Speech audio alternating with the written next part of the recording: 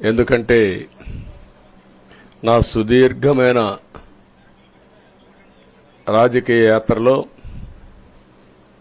ఈ 5 సంవత్సరాలు చూసిన ప్రభుత్వాన్ని నేను ఎప్పుడూ చూడలేదు. ఒక రంగమని కాదు, ఒక వ్యవస్థని కాదు, ప్రజాస్వామ్య వ్యవస్థలన్నీ ఏ విధంగా ఇబ్బంది పడ్డాయో, ఏ విధంగా నిర్వీర్యం చేశారో మనం అన్ని చూశాం. అయితే మా ధ్యేయం ఒకటే, ప్రజలు గెలవాలి, రాష్ట్రం నిలబడాలి. దీనికోసం ఎన్ని త్యాగాలైనా సరే చేసి మళ్లీ భావి తరాల భవిష్యత్తు కోసం ముందుకు పోవాలని చెప్పి వెళ్ళాం. నేను చాలా ఎన్నికలు చూశాం. 10వ ఎన్నిక నిన్న. అంటే ఇన్ని ఎన్నికలు చూసినా, అంటే ఎన్నికలు చూడడమే కాకుండా ఈ ఎన్నికలన్నీ at the helm of affairs ఉండి ఎప్పటికప్పుడు సమీక్షలు కానీ ఇవన్నీ నిర్వహించడం కూడా చేశాం. రాజకీయాల్లో ఒడికిదుడుకులు సాధారణంగా ఉంటాయి. ఎవరు శాశ్వతం కాదు. దేశం శాశ్వతం, ప్రజాస్వామ్యం శాశ్వతం, రాజకీయ పార్టీలు శాశ్వతం, అధికారం అశాశ్వతం. రాజకీయ పార్టీలు కూడా సక్రమంగా ఉంటే మళ్లీ ప్రజలు ఆదరిస్తారు. లేకపోతే రాజకీయ పార్టీలు కూడా చాలా పార్టీలు కనుమరుగైపోయినాయి. వ్యక్తులు కనుమరుగైపోయారు, రాజకీయ పార్టీలు కనుమరుగైపోతాయి. కానీ ఇంత హిస్టారికల్ ఎలక్షన్ నేను ఎప్పుడు చూడలా. నా జీవితంలో చాలా ఎలక్షన్స్ ఫేస్ చేసే కానీ వేవ్ కనపడేది, వ్యతిరేకత కనపడేది. కానీ ఈ ఎలక్షన్లో ఎక్కడో అమెరికాలో ఉండే వ్యక్తి ఒక 5 లక్షలు 10 లక్షలు ఖర్చు పెట్టుకొని నేను రావాలి, ఓటేయాలి, రాష్ట్రం నిలబడాలి, ప్రజలు గెలవాలి అనే ఆవేదనతో వచ్చారు. ఎక్కడో పక్క రాష్ట్రాల్లో ఎక్కడో కడుపు నిండడం కోసం కూలి పనులకైనటువంటి వ్యక్తులు, పాచి పనులు చేసుకునే వ్యక్తులు సొంత డబ్బులు పెట్టుకొని నేరుగా ఇక్కడ రైల్వే స్టేషన్లో చూస్తే, బస్టాండ్లో చూస్తే భోజనం కూడా ప్యాక్ చేసుకొని తీసుకొచ్చి ఇక్కడ భోంచేసి ఓటేసే పరిస్థితికి వచ్చారు. ఈ కమిట్మెంట్ని ఏ విధంగా వర్ణించాలో నాకైతే అర్థం కాదు. ఏ విధంగా వాళ్ళని అభినందించాలో కూడా అర్థం కాని పరిస్థితి. అనేక ఎన్నికల్లో అనేక అనుభూతులు చూశాం. కానీ మేము అన్ని ఎన్నికల కంటే ఇది ఒక తెలుగుదేశం పార్టీ చరిత్రలో, ఆంధ్రప్రదేశ్ రాష్ట్ర ప్రజల చరిత్రలో సువర్ణాక్షరాలతో లిఖించదగ్గ ఎన్నిక. ఇది ఒక హిస్టారికల్ ఎన్నిక. ఆగస్టు క్రైసిస్ తర్వాత, ఎన్టీ రామారావు గారు పార్టీ పెట్టిన తర్వాత 83లో మేము గెలిచాం. అప్పుడు 200 సీట్లు వచ్చాయి. కొత్తగా పార్టీ పెడతానే ఎన్నికలకు వెళ్లి 9 నెలలు అధికారంలోకి వస్తే 200 సీట్లు వచ్చాయి. 94లో మీరు ఒక్కసారి చూస్తే ప్రజా వ్యతిరేకం వల్ల 3 ముఖ్యమంత్రులు మారడం వల్ల ఆ రోజు మీరు ఎన్నికలు చూస్తే దగ్గర అపోజిషన్ పార్టీకి రిక్వైర్డ్ నెంబర్, అంటే అపోజిషన్ లీడర్గా వచ్చే స్టేటస్ రాకుండా వచ్చాయి. అవన్నిటిని వర్పించే విధంగా ఈసారి ఊహించని విధంగా వచ్చింది. అంటే దానికి కారణాలు నేను ఎక్కువ చెప్పక్కర్లేదు, అనుభవించిన ప్రజలకే అర్థమవుతుంది. ఎప్పుడైనా సరే ప్రజాస్వామ్యంలో ప్రాథమిక హక్కు మాట్లాడే స్వేచ్ఛ. ఆ స్వేచ్ఛనే కోల్పోవాల్సి వచ్చింది.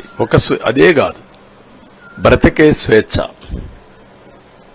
ఆస్తులు పెట్టుకునే స్వేచ్ఛ, ఇవన్నీ కోల్పోయే పరిస్థితి వచ్చింది. అందుకే మీరు చూస్తే మొన్న ఎలక్షన్లో సరే ఏ విధంగా మేమందరం కలిసాం అవన్నీ మాకంటే ముందు మీకే తెలుసు. కలిసినప్పుడు ఎవ్రీ ఈవెంట్ ఇవి వేదిక నుంచే ప్రారంభించాం. అక్కడి నుంచి ముందుకెళ్ళాం. ఆ రోజు చెప్పాం, ఈ రోజు ఒకటి చెప్తున్నాం. మా ఆలోచన ప్రజలు గెలవాలి, రాష్ట్రం నిలబడాలి. అంతవరకు సాధించగలిగాం. 55.38% ఓట్లు పడ్డాయి. దీంట్లో తెలుగుదేశానికి 45.60% పడ్డాయి, వైసీపీకి 39.37% పడ్డాయి. ఇది ఊహించినటువంటి ఒక్కొక్కసారి 95,000 మెజారిటీ. ఒకప్పుడు నేను చార్మినార్ ఎగ్జాంపుల్ చెప్పేవాడిని. చార్మినార్ అంటే అక్కడ ఎంఐఎం కంచుకోట, అక్కడ ఎప్పుడు ఎక్కువ ఓట్లు వచ్చేటివి. ఆ తర్వాత కుప్పం, సిద్దిపేట పోటీ పడేటి రెండో స్థానానికి. అప్పుడు కూడా 70,000, 80,000, 50,000 కాడ ఆగిపోయేవాళ్ళం.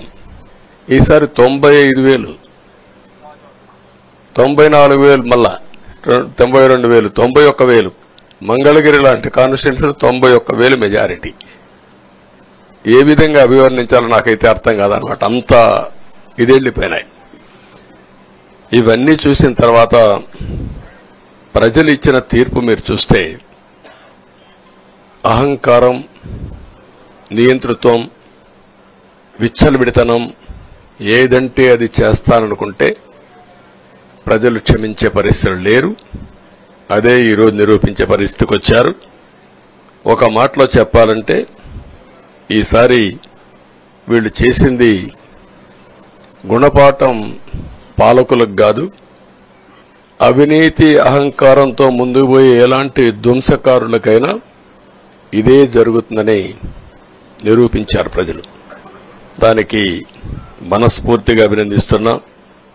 అదే సమయంలో 5 సంవత్సరాలు మా కార్యకర్తలు పడిన ఇబ్బందులు, చాలా మంది స్లీప్లెస్ నైట్స్,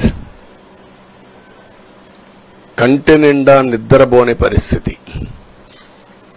అక్కడి నుంచి నేను చూస్తే చాలా కడాన మనిషిని హింస పెడుతూ, నువ్వు ప్రాణంతో బతకాలంటే జై జగన్ అనమంటే జై తెలుగుదేశం, జై చంద్రబాబుని ప్రాణాలు వదిలిన సందర్భం చంద్రయ్య. ఇది తలుచుకుంటే ఆ కమిట్మెంటే, ఆ త్యాగాల ఫలితమే ఈరోజు ప్రజాస్వామ్యాన్ని కాపాడుకోగలిగాం. ఒక్క మా కార్యకర్తలకే కాదు, మీడియా 5 ఏళ్లు మీరు పడిన ఇబ్బందులు, మీరు కోర్టుల చుట్టూరు తిరిగిన ఇది, మిమ్మల్ని సిబిసిఐడి ఆఫీసులో పెట్టి వేధించిన విధానం, అవి తలుచుకుంటే ప్రజాస్వామ్యమే సిగ్గుతో తలంచుకోవాలి. అలాంటి సంఘటనలు జరిగాయి. మేనేజ్మెంట్ని ఒకరినని కాదు, ఎవరినైనా పట్టుకురావచ్చు, ఏదైనా చేయొచ్చు అనే ధీమా వచ్చేసి ఇష్టానుసారంగా ప్రవర్తించే పరిస్థితికి వచ్చారు. అదే సమయంలో ప్రజల మీద, మా పార్టీ మీద సరే, ఈవెన్ జనసేన, పవన్ కళ్యాణ్, ఆయనకు కూడా స్వేచ్ఛ లేదు. ఎక్కడైనా సరే విశాఖపట్నానికి వెళితే ఉన్న పళంగా విశాఖపట్నం నుంచి వెకేట్ చేయాలని తిరిగి, అంటే నగర బహిష్కరణ, ఒక నాయకుడిని నగర బహిష్కరణ చేస్తే కారణం చెప్పకుండా ఇంకా వేరే వాళ్ళ కథ ఏముంటుందో మనం ఆలోచించుకోవాల్సిన అవసరం ఉంది. కేసులు పెడితే ఎందుకు పెట్టావు కేసు అని అడిగితే దానికి సమాధానం చెప్పకుండా ముందు నిన్ను అరెస్ట్ చేస్తున్నాం, తర్వాత కేసు డీటెయిల్స్ ఇస్తా ఉంటారు. ఇలాంటి చాలా జరిగాయి. ఇవన్నిటికీ పరిష్కారం కోసం ఈరోజు మనం చూసిన తర్వాత ఇది మాకేదో అధికారం అని మేము అనుకోవడం లేదు, ఒక బాధ్యత. మేము పాలకులమే కాదు సేవకులం అని చెప్పి నినాదానికి శ్రీకారం చుట్టారు. ఇవన్నీ గుర్తుపెట్టుకొని పనిచేస్తాం.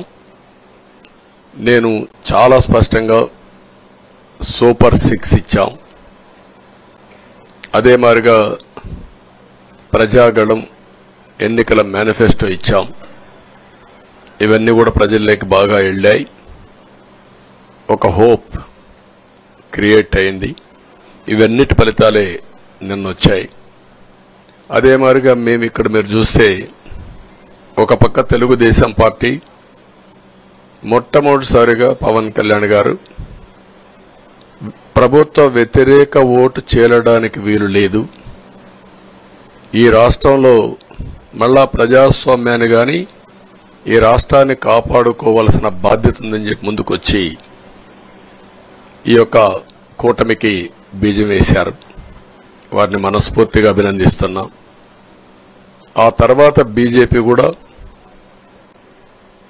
ఈ కూటమిలో భాగస్వాములయ్యి ముగ్గురం కూడా మీరు ఒక్కసారి ఆలోచిస్తే ఒకరు ఎక్కువ ఒకరు తక్కువ కాకుండా ముగ్గురం కలిసి పనిచేశాం. బేషిజాలు ఎక్కడా లేకుండా మేము ఏదైతే చెప్పామో ప్రజలు గెలవాలి, రాష్ట్రం నిలబడాలి, దీనికోసం పై స్థాయి నుంచి ఢిల్లీ నుంచి వచ్చినటువంటి బీజేపీ నాయకులు గాని, ప్రధానమంత్రి అమిత్ షా గారు గాని, ఇక్కడుండే పవన్ కళ్యాణ్ గాని, తెలుగుదేశం పార్టీ కేంద్ర నాయకత్వం నుంచి కింది వరకు అందరం కూడా ఒక ట్రూ స్పిరిట్ తో పనిచేశాం. 175 అసెంబ్లీలు, 25 అసెంబ్లీలు అన్ని పార్టీలకు సంబంధించిన సీట్లుగా ఎన్డీఏలో భాగస్వాములుగా ఒక బాధ్యతతో ముందుకు పోయాం. అందుకే ఈ అనూహ్యమైనటువంటి విజయాన్ని సాధించగలిగాం. ఇక్కడి నుంచి బాధ్యత ఉంటుంది. ఆ బాధ్యతని ఏ విధంగా చేయాలనో అవన్నిటి కూడా ప్రణాళికలు తయారు చేసుకుంటాం. అంటే ఈ 5 సంవత్సరాలు జరిగిన విధ్వంసం ఒకసారి చూసిన తర్వాత ఇది ఒక 30 సంవత్సరాలకు ఎంత డ్యామేజ్ చేయాలనో అంత డ్యామేజ్ జరిగింది. వ్యవస్థలు విధ్వంసమయ్యాయి. మొత్తం ఎకానమీ కుప్పగూలిపోయింది. అప్పులైతే ఎంత చేశారో ఇంకా లోతు పోతే తప్ప మనకు తెలియదు. ఎక్కడెక్కడ చేశారో ఏమేం చేశారో తెలియదు. ఇంకొక పక్క ఎక్కడికక్కడ సహజ సంపద, ఒక శాండ్ కావచ్చు, మినరల్ వెల్త్ కావచ్చు, లేకపోతే ఏదంటే అది ఇంకా మాకు అడ్డే లేదు, ఏమైనా చేయగలుగుతాం, ఎవరైనా అడ్డొస్తే తొలగించుకుంటా పోతామనే ధీమాతో ముందుకు పోయారు. కొంతమంది భయపడి రాలేకపోయారు, ఎదిరించలేకపోయారు. నా కళ్ల ముందర ఒక రైతు చూస్తే ఆ పొలం పక్క నుండి ఇసుక తీసేస్తే అక్కడ భూగర్భ జలాలు ఉండవు. వ్యవసాయానికి నీళ్లు కూడా కొరత వస్తుంది. పక్క నుండే పొలాల్లో కూడా నీళ్లు ఉండవు. కానీ మాట్లాడే సాహసం చేయలేకపోయాడు.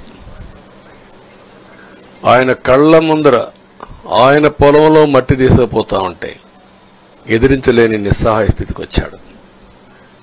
మా వాళ్లు పోతే హౌస్ అరెస్టులు చేశారు. ఇవన్నీ చెప్పుకుంటూ పోతే ఒకటి కాదు, చాలా జరిగాయి. అవన్నీ కూడా ఏ విధంగా చేయాలనో చేస్తూనే మళ్లీ వ్యవస్థలన్నీ కూడా పునరుద్ధరించాల్సిన బాధ్యత ఉంది. అదే మరిగా మాకు ఒక 4-5 రోజులు ఇవన్నీ చూసిన తర్వాత డెప్త్కి పోయిన తర్వాత మీరు పేపర్లో రాసినట్టు గాని మేము మాట్లాడినట్టు గాని ఒక లెవెల్లో ఆగిపోయినాయని నా ఉద్దేశం. ఎందుకంటే నేను రాజకీయాలు 40 ఏళ్లు చూశాను.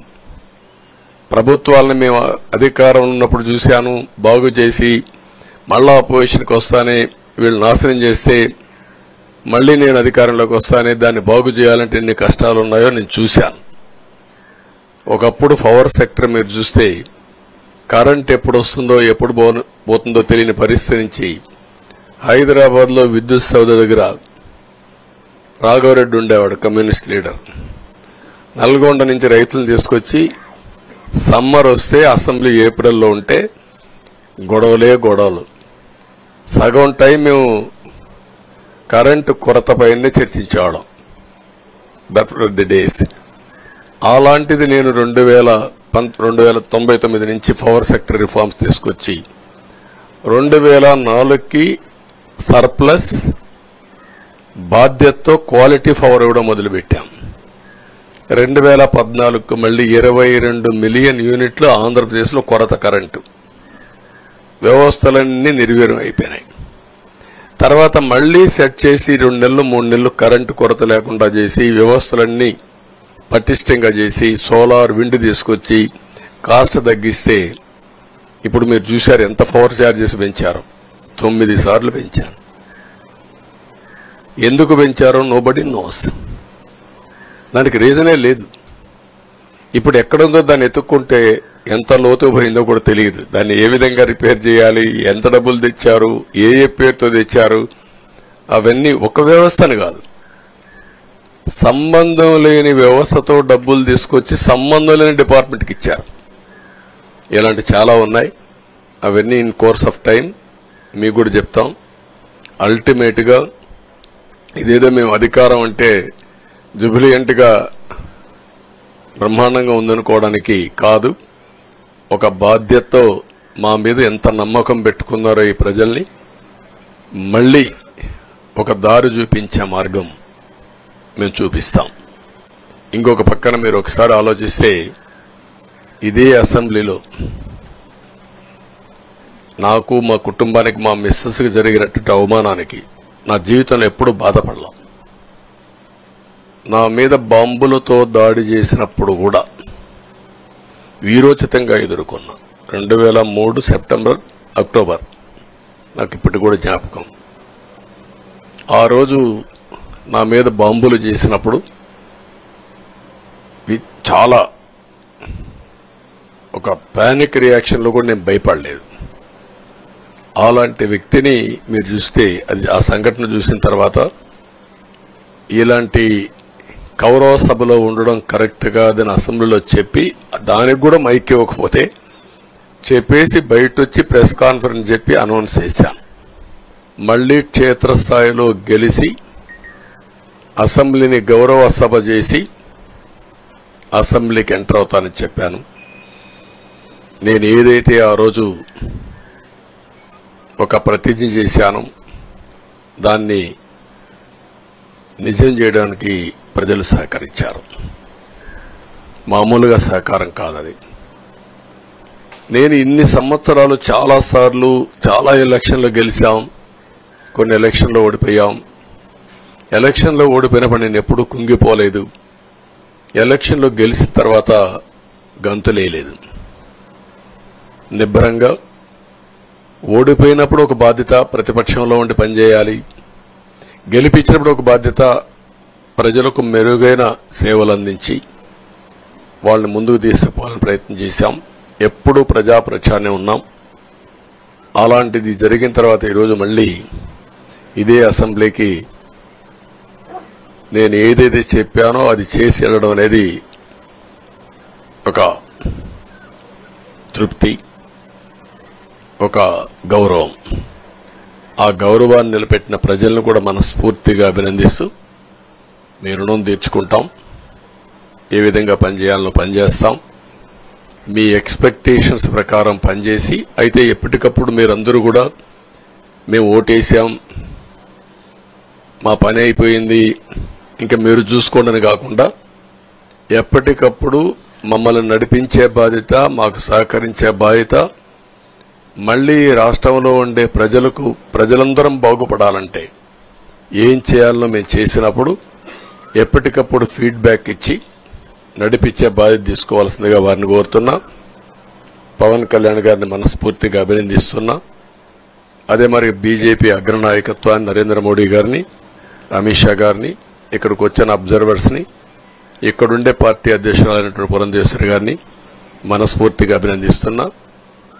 వీళ్ళందరూ కూడా ఏదైతే ఒక స్ఫూర్తిని తీసుకున్నామో ఆ స్ఫూర్తితో టోటల్ గా ప్రతి ఒక్క కార్యకర్త సిన్సియర్ గా పనిచేయడానికి ఏ అభ్యర్థి ఉన్నా తమ అభ్యర్థిగా పాటించి బ్రహ్మాండంగా పనిచేశారు. వాళ్ళందరినీ అభినందిస్తున్నా. ఈరోజు మా విజయం మూడు పార్టీల కార్యకర్తల సమిష్టి కృషి. వారందరినీ అభినందిస్తూ ఈరోజు ఢిల్లీకి పోయి వచ్చిన తర్వాత ఒకసారి మళ్లీ ఇవన్నీ ఎప్పటికప్పుడు సమీక్ష చేసుకుంటూ ముందుకు పోతా అని చెప్పి తెలియజేసుకుంటూ మరొక్కసారి మీ అందరికీ అభినందనలు, ధన్యవాదాలు. Thank you.